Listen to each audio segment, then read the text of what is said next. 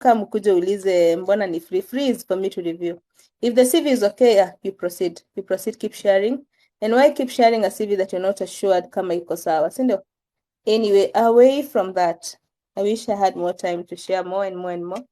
So see you tomorrow at 8:30 again. Sasa this is not my chance. Nipatie HR internship. Holy, niongelesha poa. Times out Nyawira hajasema za Nakuru. I will read after daktari.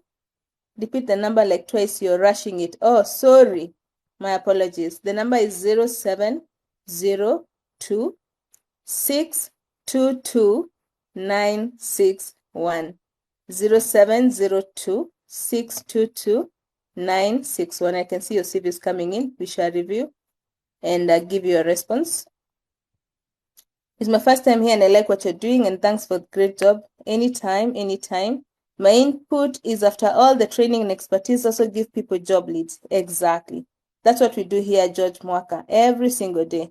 The reason why we do this is because I used to share jobs. When I started, I used to just share jobs. Then we realized the major challenge we have is the CVs. Because you find someone, you keep reading. Why keep reading jobs and you cannot help people fix their documentation? Does it make sense? Does it make sense? It doesn't make sense. So that's the reason why we look at the CVs, tell you kama iko sawa, because you see, your CV needs to match up a JD. How do employers hire? When you get to a new job, what do you get? A job description, you know. So your CV needs to align, because you find CVs imeandikwa line tatu.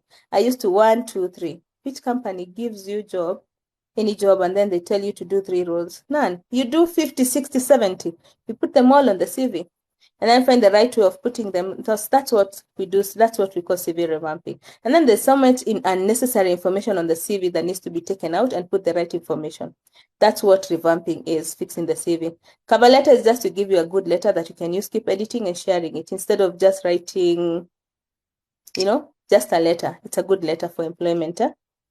Very resourceful, thank you. Connect to me to assist your house manager job anytime. I am God sent. Asante sana. You're all God sent as well. Administration, reply to this at George Mwaka. I don't know what that is. Asante word. Yeah, so anyway, yeah, so the number to share your CV is 0702 622 961. Might be, or keep writing it. So Dr. Espira, how are you? Welcome on board. Let me tell you guys about this daktari. I call him Daktari. My first time joining your live. I'm telling you, bot. Good job, namesake. Good job. Thank you. Karibu tena Nyawira Mukiri. Yes, tusalimie. Sawa. So listen in, guys. We're still on this TikTok. When I started, I didn't know what turn to take at first. We just started by reading jobs. There were 2 jobs. Let's share jobs, and that's it. And it's brought in lots of avenues. As we speak right now with this great doctor over here, I met him on TikTok, and while working with him, he's brought up opportunities outside the country. I'd like him to maybe, I don't know if he'll be comfortable to share that. If he is, well and good. Daktari does not work in Kenya. He works outside the country, and he's interacted with who is who, and he's given us opportunities. Let's not just think about Kenya. I'm not talking about just simple opportunities. I'm talking about major opportunities that could give you good money. So ask him all the questions when he's here. Ask him how it is to work. Which country do you long to work for? He has specific ones that he has worked with. Daktari has been to see how many countries. My goodness. He's your man over here. And I cannot thank him enough for always being here to support. The reason why he keeps coming back is because he really wants Kenyans to see opportunities out there and capture them. Above it all, I realized that Daktari is very good with GBV, gender-based violence. He's given us 2, or is it 2? Oh, no, not 2. He's given us several classes, and you can find them on YouTube. And his classes on gender-based violence, some of them makes us cry, which is okay, which I want to remind you. Be wary. Just get to know what's happening within you. Just get to know what's happening with your friends.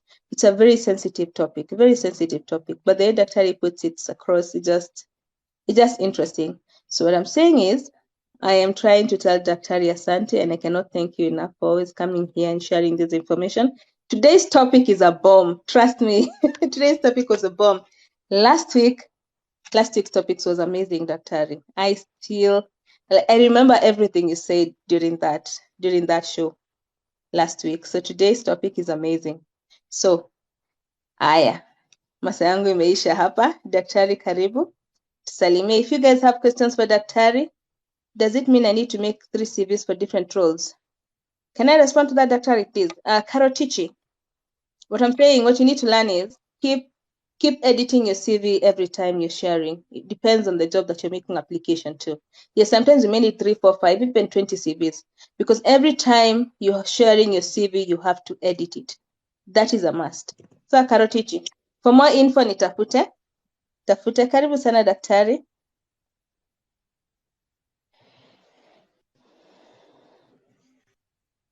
Different CVs for different jobs. I can't ask you to send me a CV for a position of monitoring and evaluation expert, yet you send me a CV for a monitoring and evaluation officer. Those are 2 different job descriptions. So, Carol, all your curriculum vitae or resume, depending how you call it, they're supposed to be in line with what the scope of your job description prescribes to you. So it always has to be that. And yep, it's quite important for you to be able to have different aspects in terms of how to be able to share your CV to different people. Asanteni sana. I've seen quite a number of, I think, I don't know if Catherine, she's online, Catherine Wangari. I think hopefully by the end of the week, you'll have gotten your communication on your internship. So just crossing your fingers and be able to see that. The internship email address in Yawira, it's not going through. When someone sends something to it, it doesn't go through. Okay. It needs to be checked out. We'll check on that. Let me check it right away. Right away. Okay. I'll give you a go ahead when it's working. Then I'll start something. I'm not introducing myself, but I'm just trying an overview of something because I had it at the last thing as I was coming out from just outside the house. So my name is John, and I'm a senior at Kenyatta University. This year I managed to maintain 3.7 GPA while working on a few different school projects. I started at the School of Public Health, and which is heading one of the book club there, and I also draft a lot of most of the public health problems within the university, which has probably up to 45 active members as of now.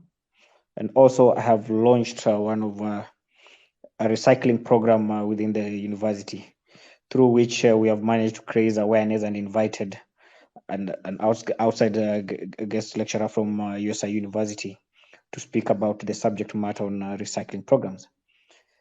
I tend to be a teamwork oriented and reliable, as I've never missed any deadline because I keep tabs and I keep my works together. I'm also proud of my ability to preserve and overcome any challenges as they come up. For example, last year I was having some trouble in biostatistics and trigonometry. I realized I needed to dedicate more time to the subject, so I met with my lecturer, who is a professor who teaches in terms of statistics and trajectory, which is outside my times for classwork, and to ensure that I have extra hours per day to the subject to meet my needs, and also to ensure that I add value towards my course. So I ended up getting an A in the subject. At the University of Nairobi, I'm planning to either major in biostatistics or goes on well and also have a major in biogenetics. I love reading, writing.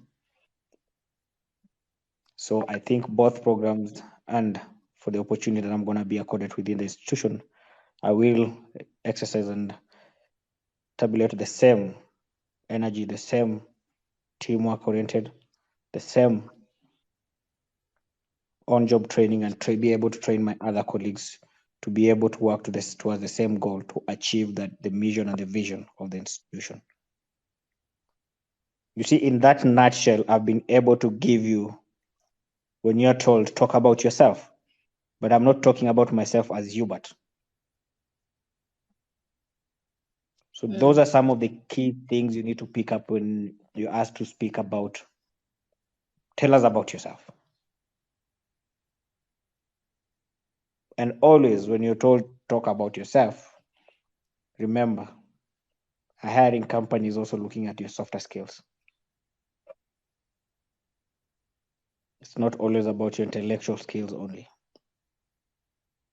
In addition to your education, what are you bringing on board?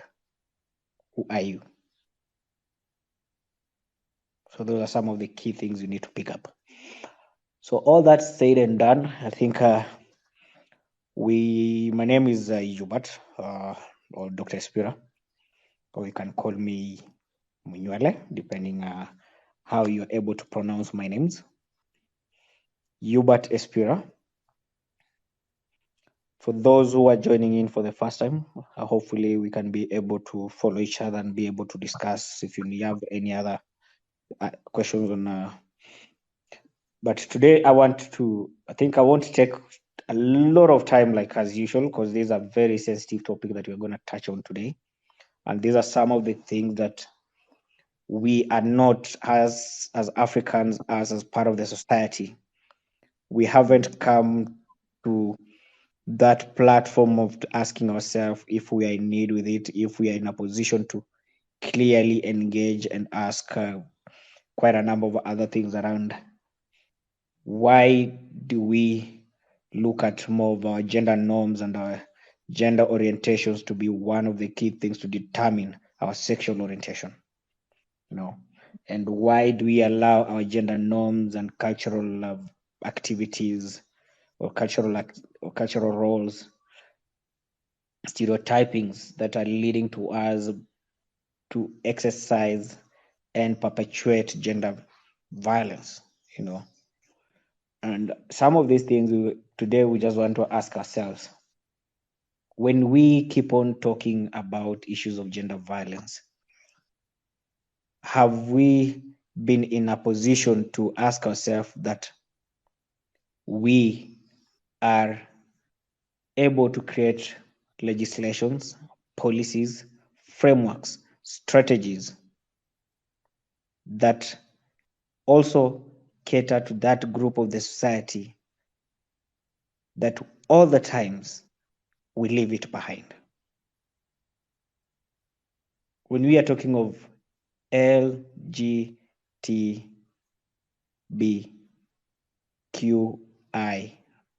plus, the lesbians, the bisexuals, gays, the transgender, asexuals, because there are those people who have not clearly defined themselves. Yeah. When we create these policies, why do we leave this huge cohort behind? We live in the 21st century, whereby each and every individual within the population, they need to define themselves who they are. Where do they feel they're very comfortable?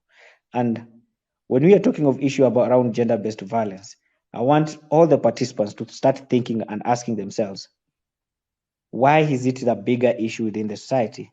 Yet there are so many opportunities. If you're looking for employment, there's so many opportunities around gender-based violence.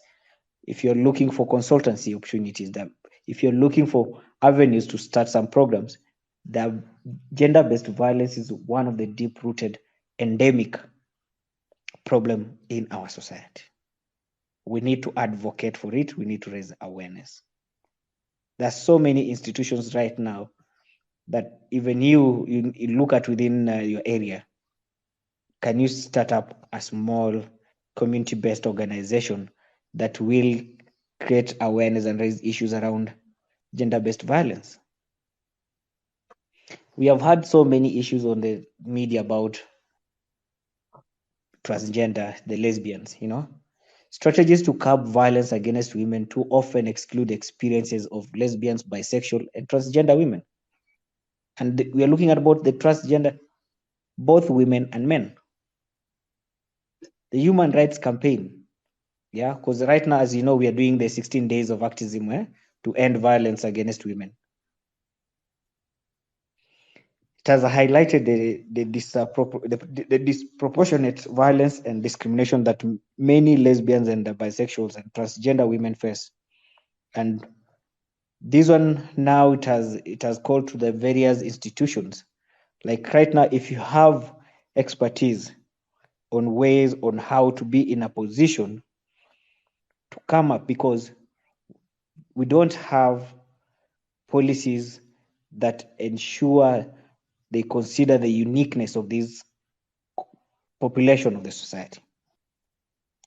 Are you in a position to come up with policies and regulations around that? Because there's so many calls to the World Bank.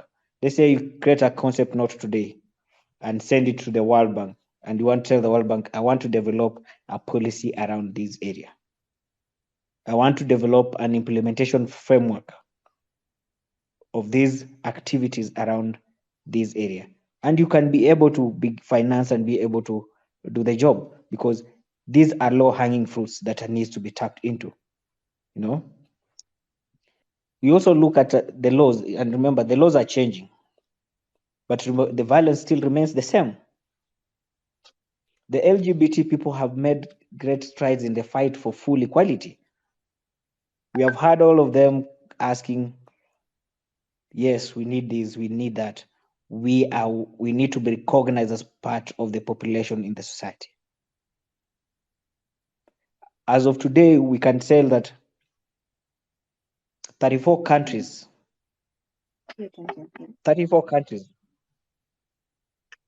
have permitted same-sex marriage or civil unions, although many of other countries have passed vital non-discrimination protection. That when you look at the well-developed countries like the US, which they have the Violence Against Women Reauthorization Act of 2013, But sadly, we asked ourselves, the lesbians, the bisexual, and the transgender women, they still face the disproportionate levels of violence at the hands of both strangers and intimate partners. Look at the public space. Can we allow two ladies who are in a relationship to walk in town, hold hands publicly, kiss publicly, Can we allow men to walk around in town dressed up like ladies, hold hands and kiss in public? A recent UN human rights report noted that the lesbians, bisexuals, and transgender people are at a disturbingly elevated risk of homicidal violence, which is highlighting the increase in the lesbian, bisexual, and transgender women face because of gender-based discrimination. We are discriminating a lot of people around that. We need to create opportunities on how can we put together and ask ourselves, how do we draft policies? These are gray areas. How do we draft policies around areas where we need to bring each and every individual on the table and make our societies spaces for building coherence and allowing and agreeing that we can be able to work together. Highlighting the increased risk that the LGBT people are facing. Another study by Human Rights Campaign also shows that the Trans People of Color Coalition estimates that most of the transgender women face almost 4 times the risk of becoming homicide victims than the general population. And these are the contributing factors we are looking at: poverty or belonging to a racial minority, which increases the incidences. So these are some of the key things, how to be able on how to understand and bring each and everything in place. We ask ourselves, we look at African countries as the less developed. Then we look at the Western countries as the well developed. But do we ask ourselves, where and when can we be in a position to ask ourselves, how do we improve certain strategies? Because as we are talking of today, in Kenya, we have so many gray areas.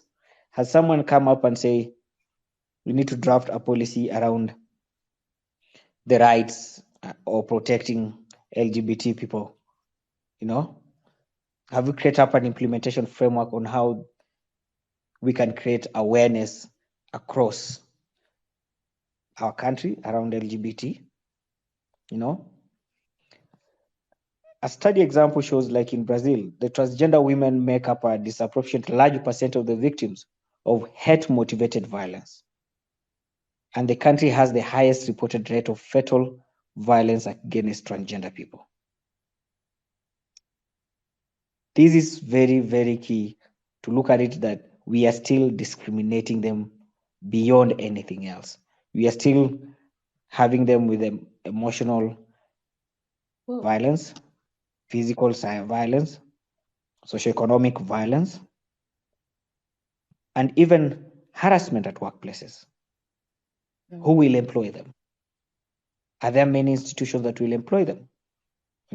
Those are questions we ask, because now we segregate them, because they're frequently subjected to appalling and often exceptionally cruel acts of violence. For instance, a large number of them get killed, by methods such as stoning, because I'm very sure in some communities, some towns within our country, if they are found, they'll be stoned. Some of them will be suffocated to death in those various houses where they are, or they're burnt inside. Some of them, someone will just come up, I hate these people, I don't want them around my community. What will they do? They'll hit, it's called a hit and run by their cars. We need to look at that and ask ourselves, where are we? We need to ask ourselves, at what age did you identify yourself as being a male or a female? At what age did you have a very clear sexual orientation definition of yourself?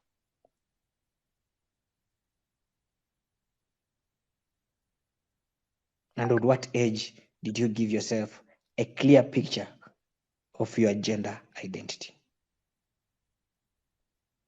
Because our young ones from primary school to high school, they tend now to identify their clear sexual orientation in even at earlier stages of primary school. But they can't come out because of stigmatization. But when they get to high school, that's when you hear those high incidences of lesbianism, gay. One will say, I don't want my gender, I want the transgender issues. So there's that quite a lot of things around that. Beyond physical attacks, we have many consequences of stigma and discrimination. We have many consequences of stigma and discrimination. The impact of violence against LGBT, it goes beyond the immediate effects of physical attacks. Most of them face criminalization in a variety of settings. And this one we look at also laws, healthcare, education, and housing. You go to an apartment, you want to rent an apartment. Then you clearly define yourself as a gay person, will they allow you admission to those that property? They'll discriminate you. You know, 75 countries continue to criminalize consensual same-sex relationships, and up to 10 countries have the death penalty, because quite a number of countries have put together death penalties. You know, for homosexual conduct. Some of them are deprived of family support, social recognition, education, and employment opportunities. We have seen a number of them being socially marginalized because of their genders. And this persistent exclusion has heavy costs for LGBT population. In 2013 and 2016, the studies have revealed that 7.6% of the same gender couples, most of them live in poverty because of they can't access jobs, you know, compared to the 5.7% of the married of heterosexual individuals. Similarly, 1/3 of the couples of the same sex that are without a high school diploma were in poverty. So that is social discrimination. And because of social marginalization, the transgender women become susceptible to violence. And these likely end up into poverty. Some of them may lack access to healthcare. And it is estimated that they are at 49 to 52, approximately 49 to 52% higher risk of being HIV positive than the general population, because a number of them are sexually violated, sexually harassed.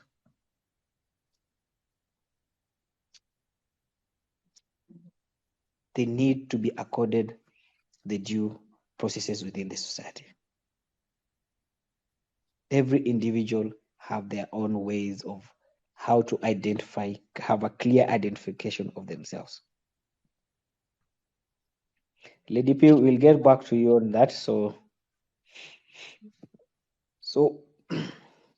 it's clear that quite a number of these and some of these missing pieces within the legislation and the policies will be in a position to clearly create opportunities and avenues for all of us who are interested in drafting of policies, drafting of frameworks, drafting of implementation checklists, because it has been clearly put across that we really need to a safe space for operation for each and every individual within the society, you know, and we need to ask ourselves and be in a position whereby why now and why not campaign for the later days of these issues around the same-sex marriage, or rather the transgender, you know, the bisexuals. It is within us. It is within us. We can't run away from certain topics in the society. The only thing we can do is put measures in place that will not improve or increase discrimination. How would you feel? Because these are some of the things in the 21st century. You, like today, you're saying, I'm 21, I'm 20, I'm 25. What will you do if you come by you're turning 38 and your daughter maybe is, your son is 15, 14, 15, 16, 17, and they choose their gender? They choose the sexual orientation. What will you do? What have you done towards ensuring that they're not marginalized, they're not discriminated, because these things are here. Okay? While data are daunting, the World Bank can play an important role in improving the lives of people, because remember, the donor agencies, the governments, the civil society organizations, they need to play a clear role, because we need more of specialized people on these issues that are touching LGBT.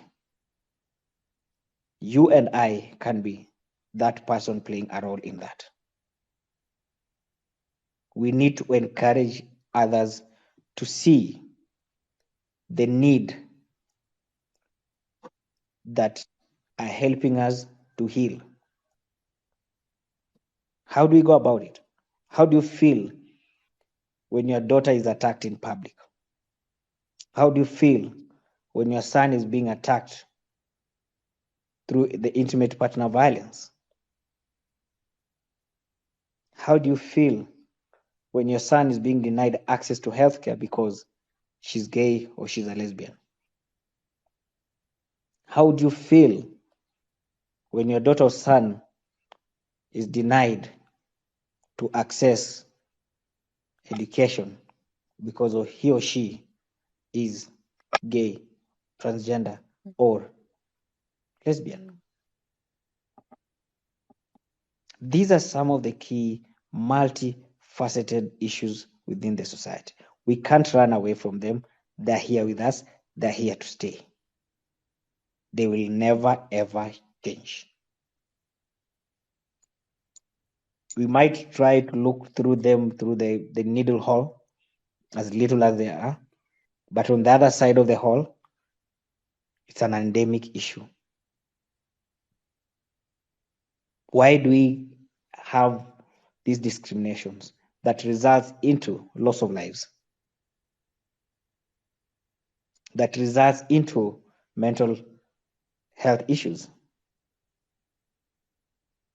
How many of people who are living in violent relationships? How many people who are living with trauma? They can't even leave their house to go to Mama Mboga outside the house because they don't feel safe in the public space.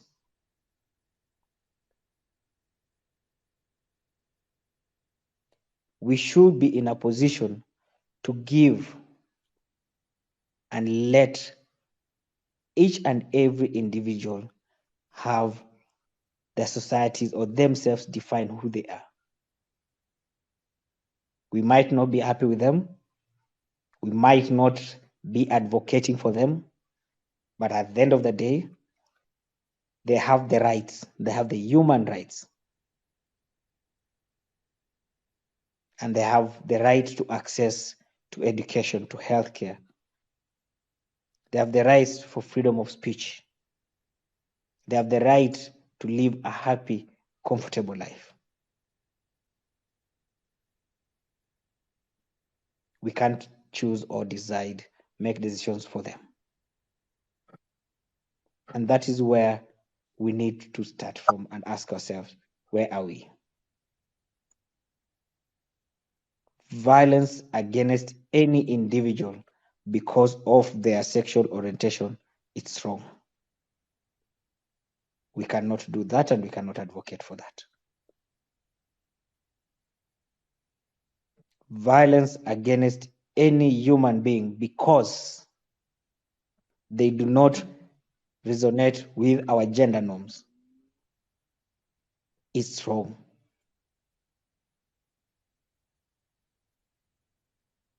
How do we then ask ourselves that we need to change our ways of doing things? We have heard of so many cases whereby high school kids, even primary school kids, are committing suicide. Mm. The rate of suicide just increased. That's mental breakdown. which is one of the biggest psychological effects of gender-based violence. Stress, depression,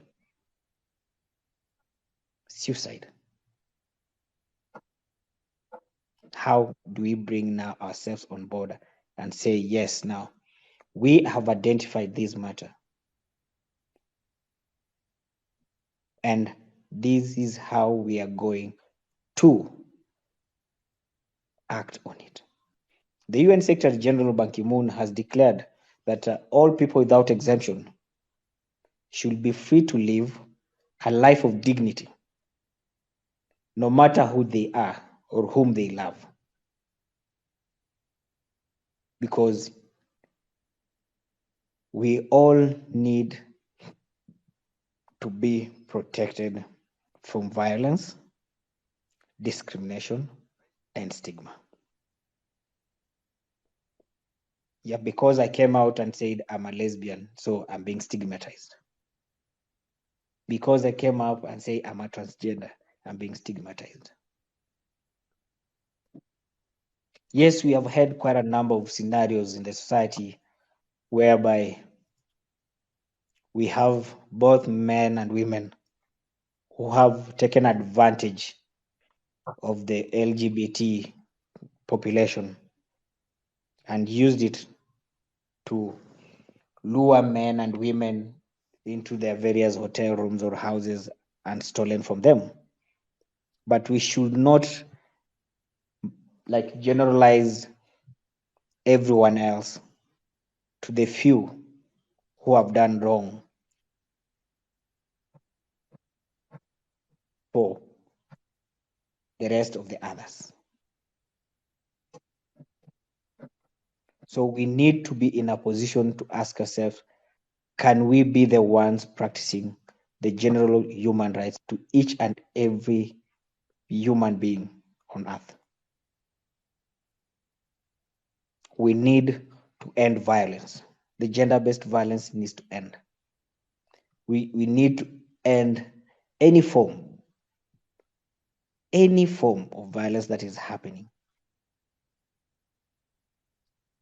Inflicting pain as the main cause, isolating people from their loved ones just to control them, putting people through psychosocial trauma.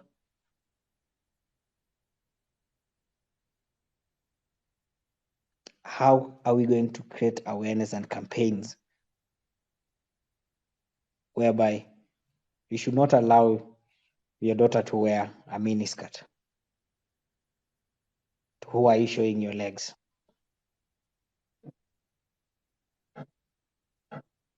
We need to be in a position to come up with with programs and campaigns that are geared towards enabling every human being to have a life that is of dignity. And they should live within the environment that any other person that is next to them can live. We also need to ask ourselves, have we done enough research around the causes of this violence to this specific population? Yes, we have more of gender and culture that is looking around, that is working around our populations. What are the causes that most of our people are turning into? Because some of them, it might be exploring it for fun. Some of them, they might be doing it because that's what they've identified themselves to be. But what are the results? What are the issues triggering a certain population to be in a certain way? Those are questions that we need to ask ourselves and be able to answer them.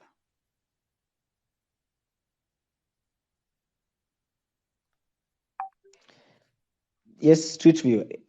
Yeah, it might be turned on by younger girls, but the law won't allow me. Yes, we have quite a number of things around that, and as we have said, we have quite a number of countries that are changing their mindsets around the issues of LGBT, because that's the reality of the society where we are in today. It's the reality of the society. But even if the law does not allow, at the same time, the law does not allow us to discriminate them, to stigmatize them, and to be violent to them. There is nowhere the law clearly states us anywhere at all. Because whether you go to the Quran, there's nowhere in the Quran that says you need to beat up your partner. Whether in the Bible, the Christianity Bible, the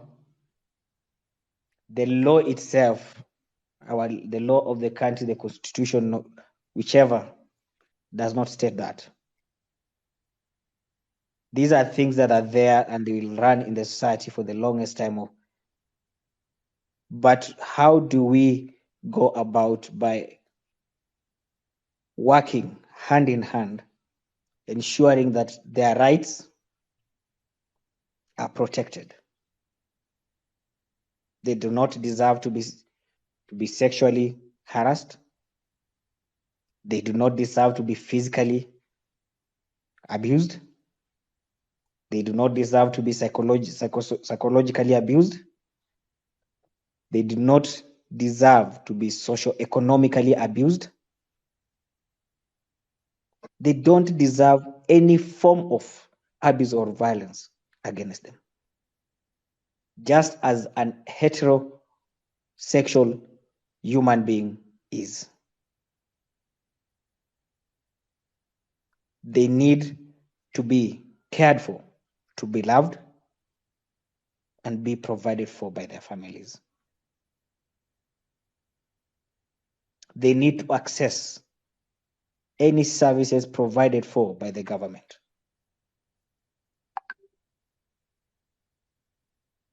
So what we are discussing here is trying to do away with any form of gender violence based on those population. We cannot run away and say it does not exist. They do exist in our society. Whether the numbers are increasing or not, they do exist.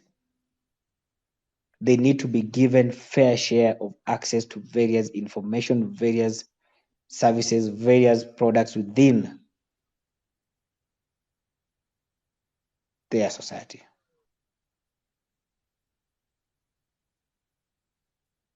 It is one of those things that we ask ourselves, where else?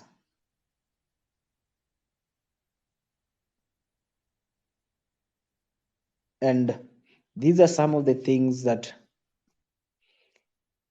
we as human beings, we as the people, if you're on a different level and ask yourself, business-wise, job-wise, what are the existing opportunities that are agreeable to us to be able to create awareness to avoid any form of gender-based violence to anyone? And we can't run away to the fact that the gender-based violence has been a very deep issue from our societies simply because we went ahead and criminalized one gender and told the other gender you are superior than the other. With the growing economy and changes in diversity within our economies and our socioeconomic status as people of different gender, we end up fighting for power. And that power results into marginalization. And that marginalization results into depriving other people their own rights.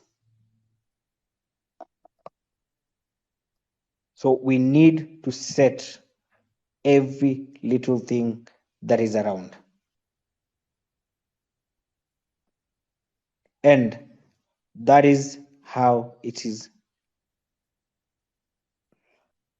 We need to also understand, and that's the reason why I think Street View, there are quite a number of things that also you need to come up from.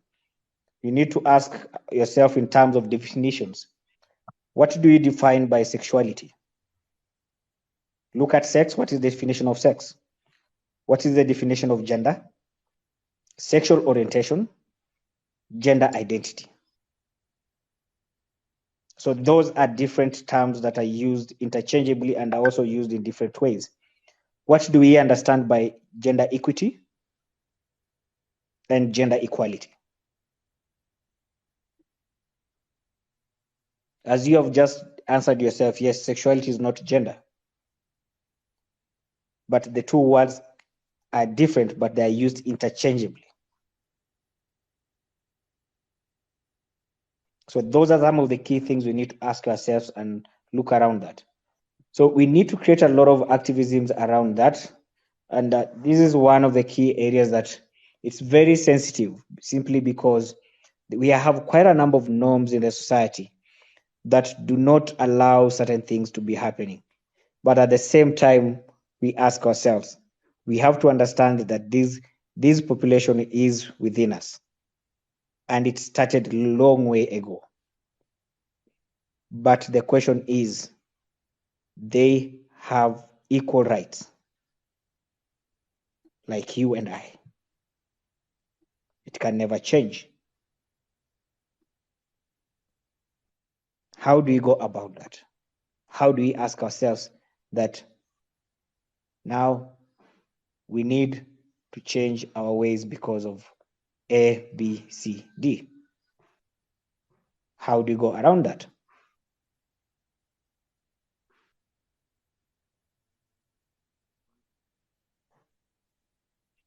And these are some of the things, and we're talking of the marginalization of these people. How do we go around the issues relating to dominant gender norms and patriarchy? Because those are some of the things that affect all those processes there.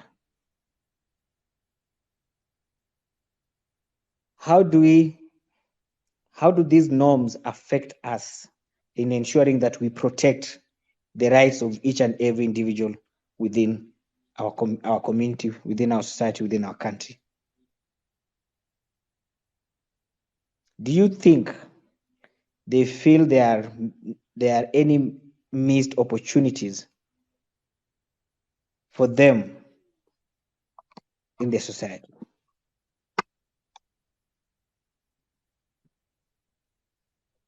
Let's start by doing that, and we will be in a position also to clearly identify and define ourselves.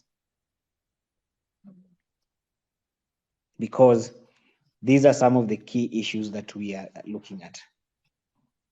If we are in a position to be able to do that, then we will be able to ensure that we work towards enabling and reducing the rates of gender-based violence.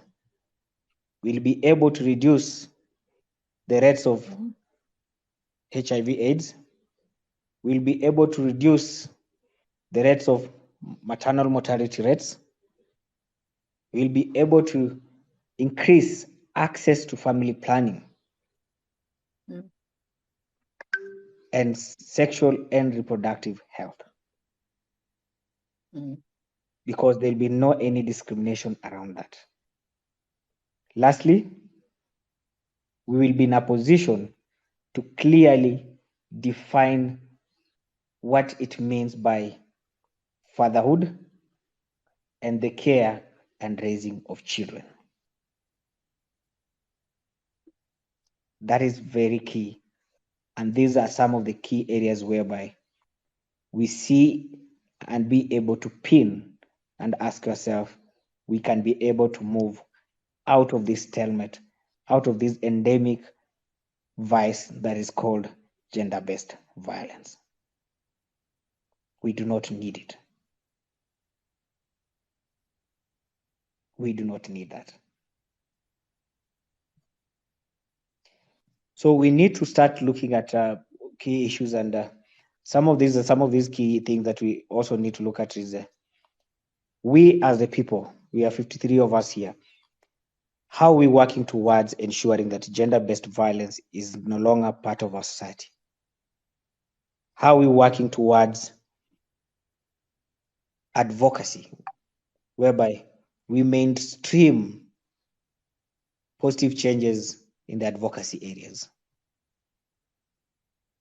whereby we mainstream positive changes in research and other analytical works,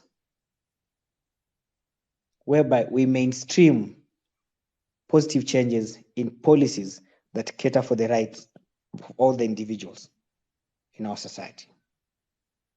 We increase our budgets in our plans to ensure all the human rights are protected. We ensure there is a positive changes in use of statistical data around sex disaggregation, improved gender analysis, and also identifying what are the gender gaps within our data. Then at the end of the day, ensure there's gender mainstreaming that could lead to positive changes in development of indicators and improved monitoring and evaluation that ensures we monitor the rate of gender-based violence across the border, across the various facets of our society, both at workplaces, at home, in public. We create awareness, create a program, an awareness program to the chiefs, to the police officers, churches, and schools, institutions of learning. Because if we don't inculcate and institutionalize positive values at the tender ages, then it means we'll start doing this to be at the higher level when people are grown-ups. That will always be a key area of concern.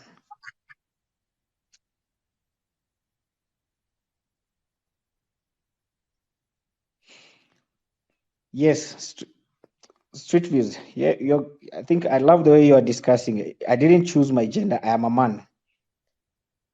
Whomever I choose to love does not change. And that is the true thing. Because if you choose to love a man, it's okay. The fact remains is your rights needs to be protected. Your freedoms needs to be given. Those are key things that within the society that are supposed to be. We need to end violence. As we are marching towards 16 days of activism on ending gender-based violence, we need to ensure that we are preaching the rights of each and every individual in the society. No discrimination, no violence, no stigmatizing each and every person at all. We need to be in a space whereby we love ourselves, we love our neighbors, and we are ready to preach peace, preach end to violence, and create awareness. I was in a hotel one time in Mombasa at Kahamas, and I saw this beautiful family that came in and picked the family rooms. This was a beautiful couple. They had two little ones, I think, between the ages of around 3 and 6, if I'm not wrong. Because I was with my daughters there, and I could see the interaction. You could see those are young kids there. And at night, around 1 a.m., the kids were screaming, "Daddy, stop killing Mama." And that's a hotel. Then you ask yourself, what happens when they're back at home? If this is a public space, a setting, what happens when they get back at home? How do you intervene in such kind of scenario? So it was traumatizing. And it does not only affect the two adults in the house. You have the invisible spectators, those children. Even you as a neighbor, if you have kids, even you as a neighbor, it's a boyfriend and girlfriend, and that violence continues like that. Your partner will be like, how? Does it mean my partner one day will react the same way? So it creates that fear in your mind. You become also an invisible spectator on the violence that is happening to your neighbor. We need to end this. It can only end if we rise up and say enough is enough. It's time to change. God created we human. And by the time God was creating man, we cohabited because we need to live as one unit. You need to be a pillar to each other. You need to help each other. Let's end the violence. Let's prompt the government to set laws and policies that protect our human rights. And let us not allow external factors like war, our financial status, to depress and stress us to an extent of abusing the rights of our partners, of our children. How do we feel when we marry our young ones early enough? We need to end this. That thing sits in your mind. It's a psychological trauma that, if not treated very well with a lot of tenderness, it blows out of proportion.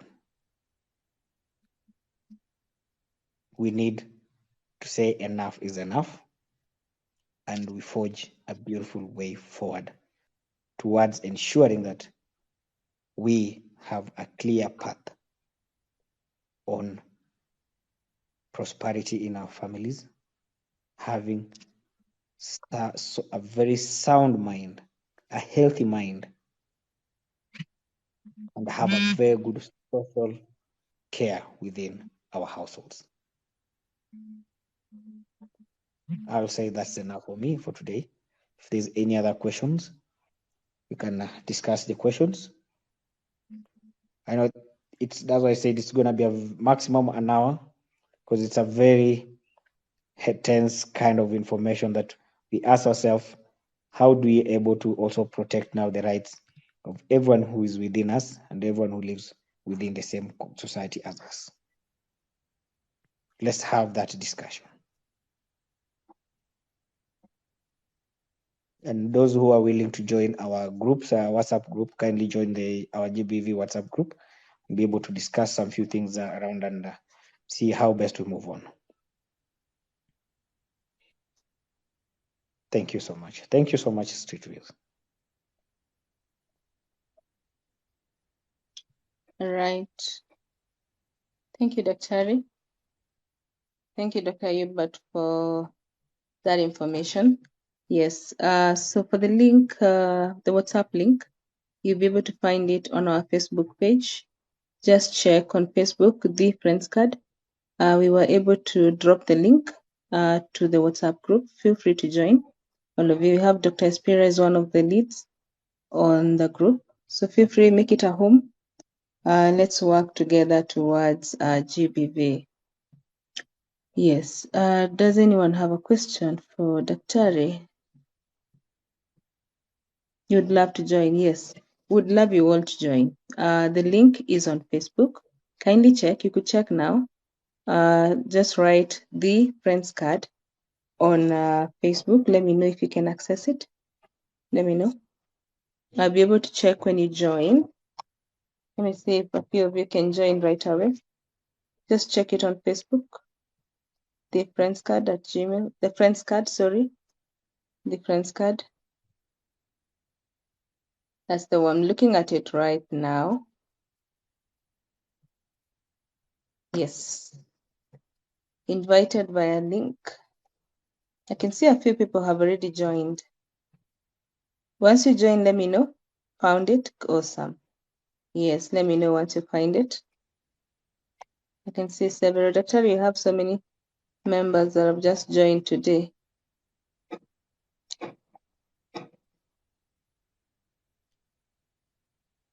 It's my wish that Daktari, I want to tell you what we should do with this community.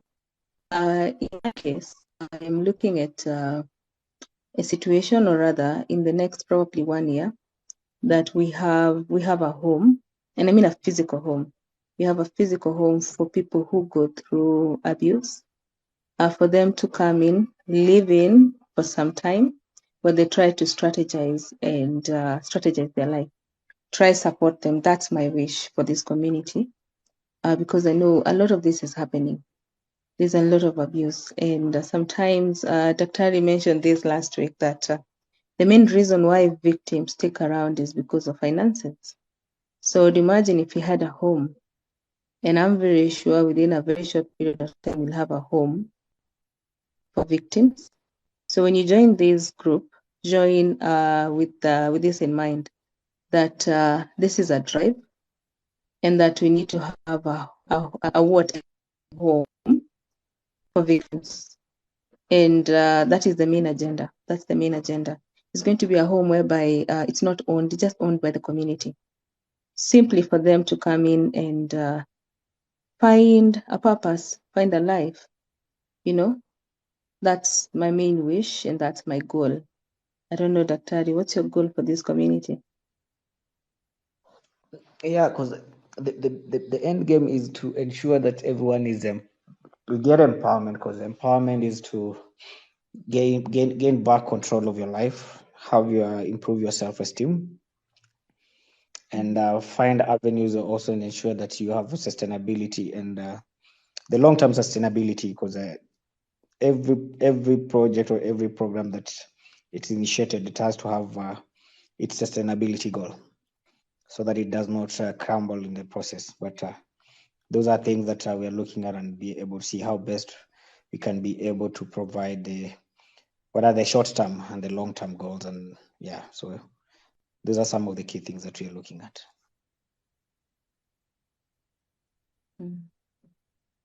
Yes. In addition, so if you have a neighbor, if you have a friend, if you have a cousin, or if you do know of people going through this sort of violation, just feel free to invite them to this community, and feel free to advocate, feel free to speak about anything in that group. That is the main agenda is GBV. That's the main agenda. So don't come in and just quiet. Feel free, make it a home. Just come and enjoy. Remember the goal. The goal, this is a place, this is safe. I'll call it a safe space for them. So you're most welcome to join. We'll keep handling this topic day by day. But before, I would love to know, what would be your interest on this group? What would you want this group to do? Just let me know on the comment section. What exactly would you want this community to do? Or how can we come in on GBV? I'm waiting for comment. How would this group be successful? Because I know anything is possible. Anything is possible. I can say just from the support. Agree. Let me hear your comments. Thank you. I hear your comment. Actually, when I get those comments, I'm done with my diploma in HR at Addison. That was swift. Janariga. That was quite fast. That's it. Keep going, keep going, keep going. Daktari, what are your views on this? Is a different factor, I know, but recently on social media, I've seen not in this case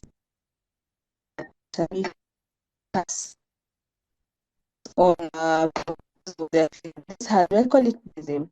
I've seen this happen a lot in Kenya, and it's a major issue. What are your takes on this? I am sorry. Did you get my question, or should I repeat? No.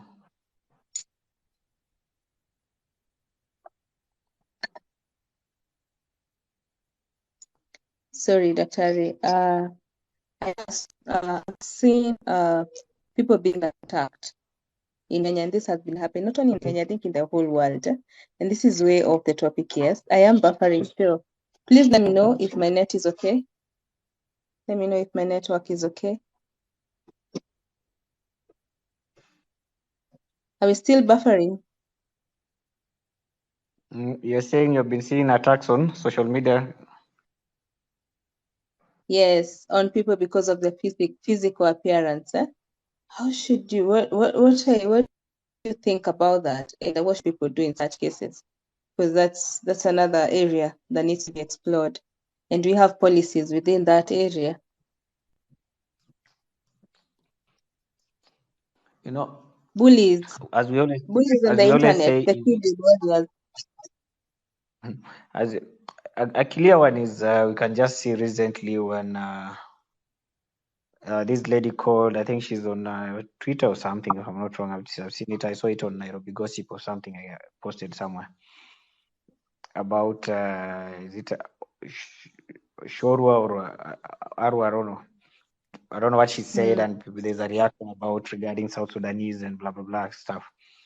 But the biggest enemy of ourselves is of us is ourselves. We the people, we are our own enemies. You know, we try and profile other people based on them coming to your country, to your community, to take away your opportunities, which is one of the biggest challenges that we do experience. And this has been going on and over for quite a number of countries, and it's something that we can't run away from. We are having so many South Sudanese in the country because their country was inhabitable. So they needed a safe space for them to prosper. You know, they need to come to the country and prosper. And it's a form of just trying to say that are we illiterate enough? Are we not well informed enough to be in a position to be accommodative to other different multifaceted cultures? Because the Sudanese bring in a different culture of their communities from Sudan, South Sudan, and Sudan. The Somalis bring in their culture from the Somalia, and the Indians bring in. So we are living in a society that is cosmopolitan, and as we grow on, the older generation is dying off, leaving behind the younger generation, where we should not be in a position now to bring about the issues of segregating based on your native country or the color of your skin. If we go about that and start asking those questions, then we'll ask ourselves, why do our African women want to get married to the white? And vice versa. Why should the white women want to get married to the blacks? It's an exchange, it's more of than exchange, where the communities are now becoming more intertwined, and there's a lot of genetical mixture that's going to happen. So that is just something that is people feeling, it's more of xenophobia, whereby we are having different resources and very little resources. So these little resources within our communities or within our countries, now that they're the ones that result to the issues of xenophobia, saying now the Nigerians need to go back to their countries, or the South Sudanese needs to go back to their countries. They're taking away our resources. And that is what is one of the major causes now when we start stereotyping our own Africans based on not even it's their color, it is the country of origin.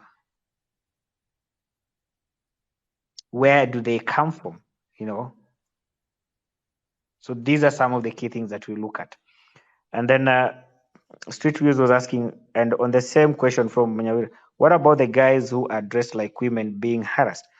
And this is one of the marketing, you realize one of the biggest social marketing strategy that is coming up in this 21st generation is intergender dressing. People dressing up like women and a lady dressing up like a man for the purposes of what? Providing a meal, getting some source of income. But if you ask that person, how do they identify themselves? You find that like the one who's dressed up like a lady identify themselves like a man. The one dressed like a man identify herself as a lady.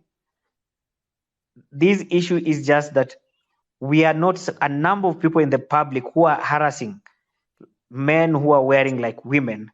They're not exposed enough.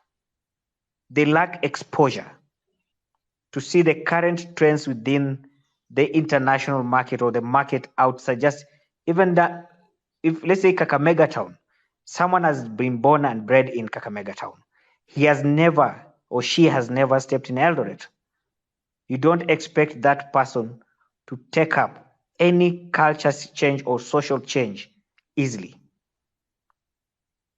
Sometime back, you can see even you bring your uncle from the country to an hotel in Nairobi and see a lady eating gizzards because they come from their culture.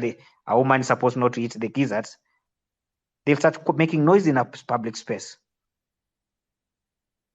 So these are issues around how are we in a position to be above that small box where we have closed ourselves in, get exposed to different other avenues outside there. And now this is where now the legislation, the laws of the country now comes to play. Am I dressed as a lady for what purpose? And if I'm dressed up as a lady because I identify myself as I'm gay, that is that person's sexual orientation. We should not discriminate them or harass them. Because now, in the legal human rights perspective, that one becomes a sexual harassment, which is prone to a lawsuit in the court of law. And some of them go ahead and physically violate those individuals, which you'll be sued for assault. So there's quite a lot of issues around that, and we can break them down and just ask ourselves, where next? Because it's a big space that we really need to understand ourselves and things, how they come in between, and what kind of roles will they play. So as our resources are shrinking, as our populations are increasing, we will tend to have those issues of xenophobia. I'll use an example of South Africa. And the xenophobia in South Africa was basically the mines. Most of the South Africans, a bigger chunk of the population is uneducated. The illiteracy levels are high.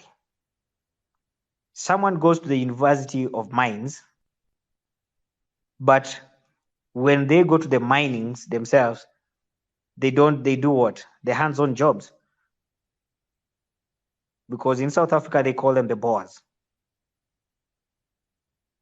They have taken over control of the managerial positions. So they give you those minute, minor jobs to do, the hands-on things, little downstairs, so that they can control you. But at the same time, when other foreign country, African nationals come in your country, they have degrees, they have masters, they're street smart, they're book smart. They open up the shops, they start the taxi business, they start selling cereals, they start fixing your laptops and your cell phones. You start claiming they're coming to take away your jobs simply because they saw an opportunity that you as natives, you haven't seen it as an opportunity. Because you don't see outside the space of, I need to be employed. I need to work in the mines. I need to work in the oil fields. You know, those are some of the key challenges that you're experiencing. And most of the time is the more the resources are being, and the economy is becoming harder and harder on us. As Kenya, by the way, if the current state of economy, it keeps on increasing, becoming this tough, we shall see quite a number of those issues arising. We shall see. Those ones, we need to be ready for that. We shall see that. Because the more pressured we are, we shall start saying, Nigerians needs to go back. Sudanese needs to go back. Like, we look at any black foreign person within our country as a threat to us. Yet we need to work on our own laws as a country so that we can accommodate each and every individual. We call it creating a knowledge hub, whereby we share the knowledge and discuss. I meet a Zimbabwean, I meet a Malawian, I meet a Zambian, I meet a Eritrean, Rwandese, Ugandan, a Burundian. All those people are your brothers and sisters. You can share ideas, share knowledge, and do business together and work cohesively together. They're not a threat to us, rather than they're just a means, and they might create a bridge for you to the better place.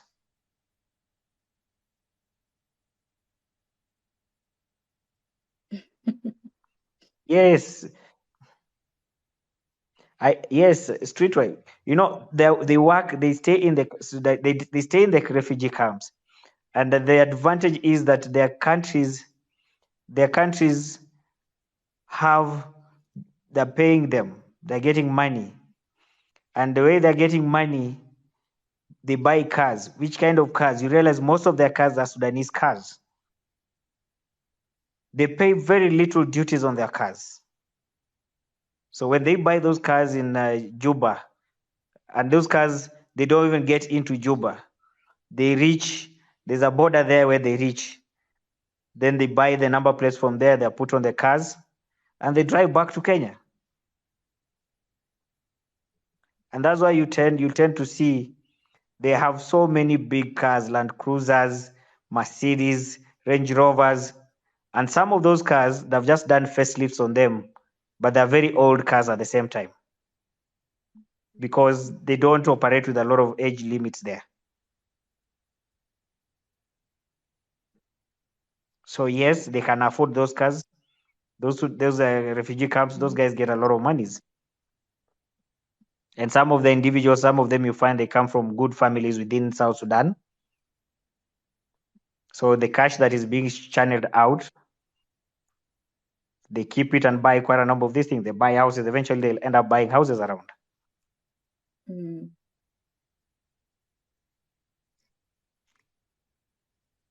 So we can't do much about that. It's a society we live in.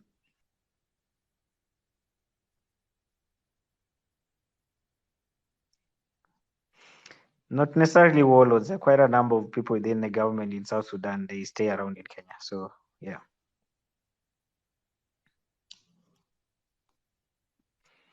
They have sought asylum in Kenya.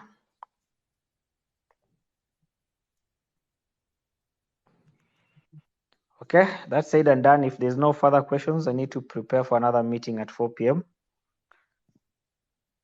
So thank you all, really much appreciate your time and everything. Barikiwe sana.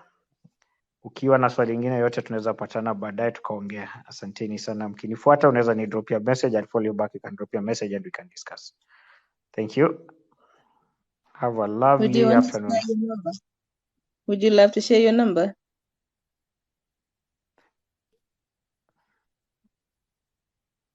Or they could find you on the WhatsApp. Yeah, if you've joined the Those who WhatsApp, are on the yeah. WhatsApp, those who are on the WhatsApp can find me there easily. They can get my number there easily. Because my number is on the WhatsApp there. Yeah. Thank you so much, Daktari. Thank you for your time. It's always an honor to have you here. Thank you for handling all these topics. Sasa we release you. See you on Thursday. Or is it Friday? I think it will be on a Friday. On Friday. We'll see you again on Friday. Thank you for your time. Okay, thank you. Bye-bye.